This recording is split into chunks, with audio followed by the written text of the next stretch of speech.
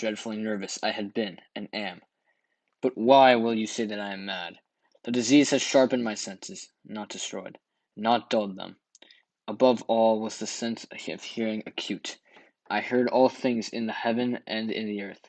I heard many things in hell. How, then, am I mad? Hearken! And observe how healthily, how calmly I can tell you the whole story.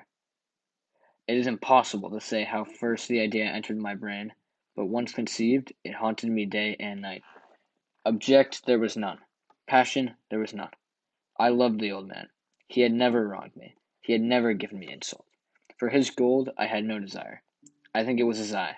Yes, it was this. He had the eye of a vulture, a pale blue eye, with a film over it. Whenever it fell upon me, my blood ran cold.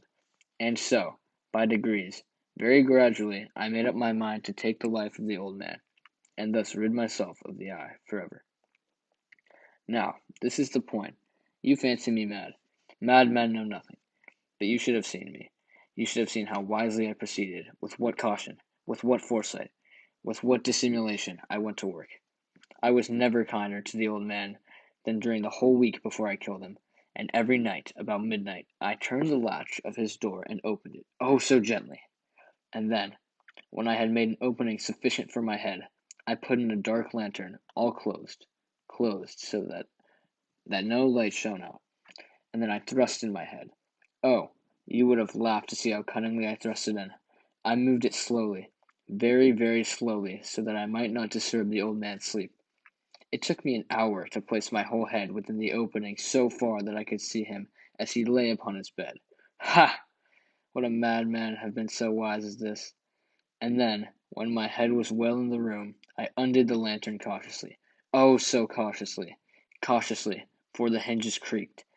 I undid it just so much that a single thin ray fell upon the vulture eye.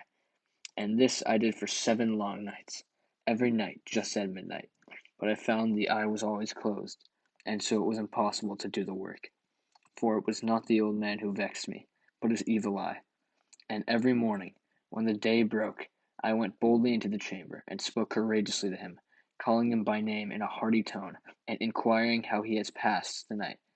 So you see, he would have been a very profound old man, indeed, to suspect that every night, just at 12, I looked in upon him while he slept. Upon the 8th night, I was more than usually cautious in opening the door. A watch's minute hand moves more quickly than did mine. Never before that night had I felt the extent of my own powers, of my sagacity. I could scarcely contain my feelings of triumph, to think that there I was, opening the door, little by little, and he not even to dream of my secret deeds or thoughts. I fairly chuckled at the idea, and perhaps he heard me, for he moved on the bed suddenly, as if startled. Now you may think that I drew back, but no. His room was as black as pitch with a thick darkness, for the shutters were close fastened through fear of robbers, and so I knew that he could not see the opening of the door, and I kept pushing it on, steadily, steadily. I had my head in, and was about to open the lantern, when my thumb slipped upon the tin fastening, and the old man sprang up in bed, crying out, "Who's there?" I kept quite still, and said nothing. For a whole hour I did not move a muscle, and in the meantime I did not hear him lie down. He was still sitting up in the bed, listening, just as I have done, night after night, hearkening to the death watches in the wall. Presently I heard a slight groan, and I knew it was the groan of mortal terror. It was not a groan of pain or of grief. Oh no! It was the low, stifled sound that arises from the bottom of the soul when overcharged with awe. I knew the sound well. Many a night, just at midnight, when all the world slept, it has welled up from my own bosom, deepening, with its dreadful echo, the terrors that distracted me. I say I knew it well. I knew what the old man felt, and pitied him, although I chuckled at heart. I knew that he had been lying awake ever since the first slight noise, when he had turned in the bed. His fears had been ever since growing upon him. He had been trying to fancy them causeless, but could not. He had been saying to himself, "It is nothing but the wind in the chimney. It is only a mouse crossing the floor," or "It is merely a cricket which has made a single chirp." Yes, he had been trying to comfort himself with these suppositions, but he had found all in vain, because death, in approaching him, had stalked with his black shadow before him, and enveloped the victim.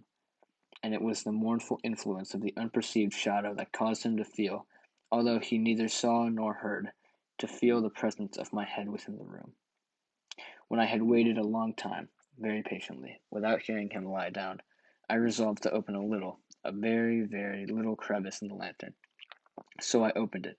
You cannot imagine how stealthily, until, at length, a simple dim ray, like the thread of the spider, shot from out of the crevice and fell full upon the vulture eye.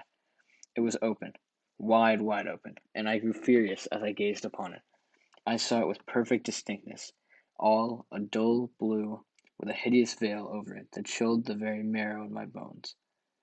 But I could see nothing else of the old man's face or person, for I had directed the ray, as if by instinct, precisely upon the damp spot. And have I not told you that what you mistake for madness is but over acuteness of the sense? Now, I say, there came to my ears a low, dull, quick sound, such as a watch makes when enveloped in cotton. I knew that sound well, too. It was the beating of the old man's heart. It increased my fury, as the beating of a drum stimulates the soldier into courage. But even yet I refrained, and kept still. I scarcely breathed. I held the lantern motionless. I tried how steadily I could maintain the ray upon the eve. Meantime, the hellish tattoo of the heart increased. It grew quicker and louder every instant. The old man's terror must have been extreme. It grew louder, I say, louder every moment. Do you mark me well? I have told you that I am nervous. So I am. And now at the dead hour of the night, amid the dreadful silence of that old house, so strange a noise as this excited me to uncontrollable terror. Yet for some minutes longer I refrained and stood still. But the beating grew louder. I thought the heart must burst, and now a new anxiety seized me. The sound would be heard by a neighbor. The old man's hour had come. With a loud yell, I threw open the lantern and leaped into the room. He shrieked once only. In an instant I dragged him to the floor, and pulled the heavy bed over him. I then smiled gaily to find the deed so far done. But for many minutes the heart beat on with a muffled sound. This, however, did not vex me. It would not be heard through the wall. At length it ceased. The old man was dead. I removed the bed and examined the corpse. Yes, he was stone dead. I placed my hand along upon the heart and held it there for many minutes. There was no pulsation. He was stone dead. His eye would trouble me no more.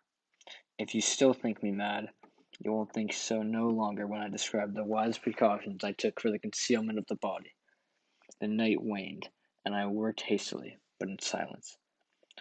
First of all, I dismembered the corpse. I cut off the head and the arms and the legs. I then took up 3 planks from the flooring of the chamber, and deposited all between the scantlings. I then replaced the boards so cleverly, so cunningly, that no human eye, not even his, could have detected anything wrong. There was nothing to wash out, no stain of any kind, no blood spot whatever. I had been too wary for that. A tub had caught all. Ha! Ha! When I had made an end of these labors, it was 4 o'clock, still dark as midnight. As the bell sounded the hour, there came a knocking at the street door. I went to open it with a light heart, for what had I now to fear? There entered 3 men, who introduced themselves, with perfect suavity, as officers of the police. A shriek had been heard by a neighbor during the night. Suspicion of foul play had been aroused. Information had been lodged at the police office, and they, the officers, had been deputed to search the premises. I smiled, for what I had to fear. I bade the gentleman welcome. The shriek, I said, was my own in a dream. The old man, I mentioned, was absent in the country. I took my visitors all over the house. I bade them search well. I led them at length to his chamber. I showed them his treasures, secure, undisturbed. In the enthusiasm of my confidence, I brought chairs into the room, and desired them here to rest from their fatigues, while I, myself, in the wild audacity of my perfect triumph, placed my own seat upon the very spot beneath which reposed the corpse of the victim. The officers were satisfied.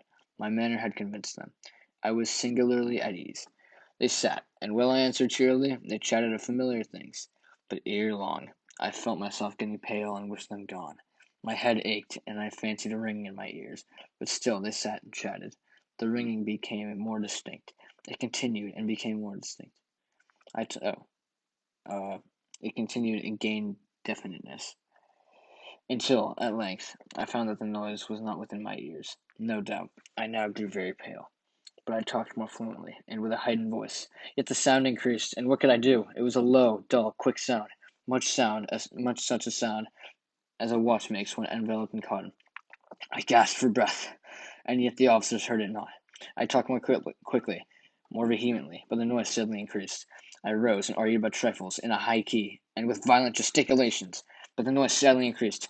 Why would they not be gone? I paced the floor to and fro with heavy strides, as if excited to fury by the observations of the men, but the noise steadily increased. Oh God, what could I do? I foamed, I raved, I swore. I swung the chair upon which I had been sitting, and gritted it upon the boards, but the noise arose all over, and continued increased. It grew louder, louder, louder, and still the men chatted pleasantly, and smiled. Was it possible they heard not? Almighty God! No, no, they heard, they suspected, they knew. They were making a mockery of my horror. This, I thought, and this, I think. But anything was better than this agony. Anything was more tolerable than this derision. I could bear those hypocritical smiles no longer. I felt that I must scream or die, and now again. Hark! Louder, louder, louder, louder! Villains! I shrieked. Dissemble no more. I admit the deed. Tear up the planks. Here, here, it is the beating of his hideous heart.